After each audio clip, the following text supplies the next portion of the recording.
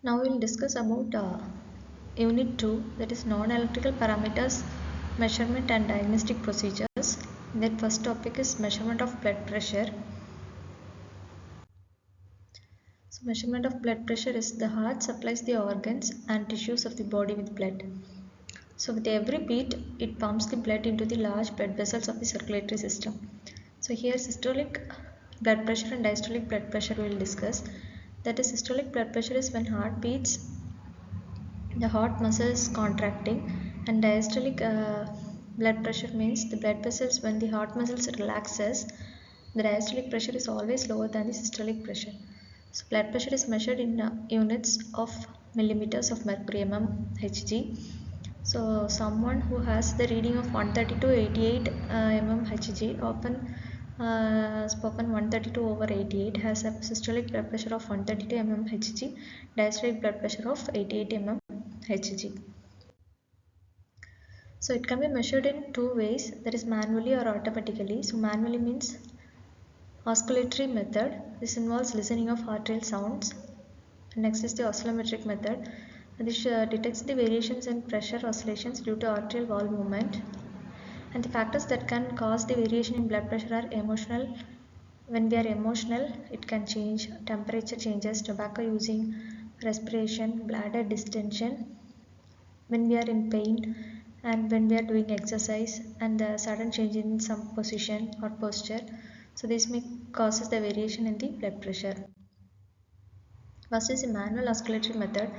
So here it requires to use the inflammate the upper arm cuff to occlude the brachial artery, and we have to listen to cortograph sounds through a stethoscope while the cuff is slowly deflated. So in hospitals they will use to see that is the manual oscillatory method. So when cuff is slowly deflated, 5 different sounds will be heard. So phase 1 a thud, phase 2 a blowing or a swishing noise, phase 3 a softer thud than in phase 1, phase 4 a disappearing blowing noise, phase 5 it's silence. So it will be, if we have heard that sounds in hospital, you may know that. So when we visit hospital, please listen to that sounds. You can ask the nurse and you can listen so that you can see all these spaces. So this is the diagrammatic representation. So normally blood is flowing, blood circulation, systolic pressure and diastolic pressure. How we are measuring the, we have to hear through the ear pulse. Devices that generally used for manual BP measurement is aneroid sphygmomanometer. This replaces the mercury manometer with aneroid gauge that registers pressure using bellows. Electronic sphygmomanometer is a battery powered device, replaces the mercury manometer. This display may be numerical, no need a stethoscope to hear the sounds. It will be automated. So automated electronic BP devices. So this is current clinical practice use the oscillometric method. The oscillometric method relies on detection of variations in pressure oscillations due to arterial wall movement. So which calculates the systolic and diastolic blood pressure readings.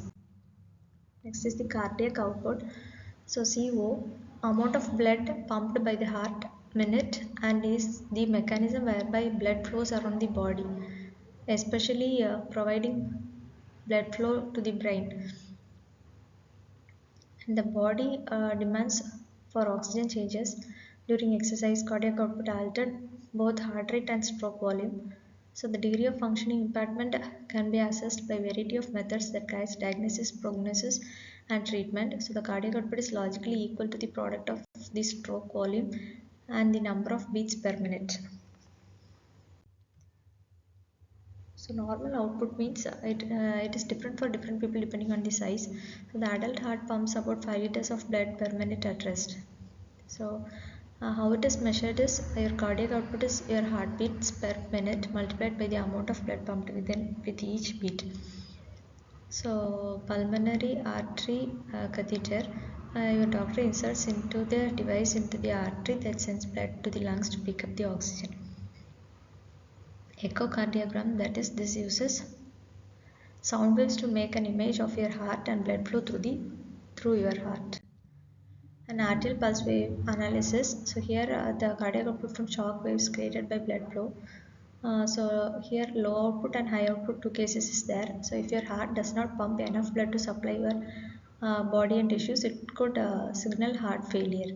High output means sometimes sepsis. Your body's response to the blood infections that can lead to the dangerous drop in blood pressure and organ failure.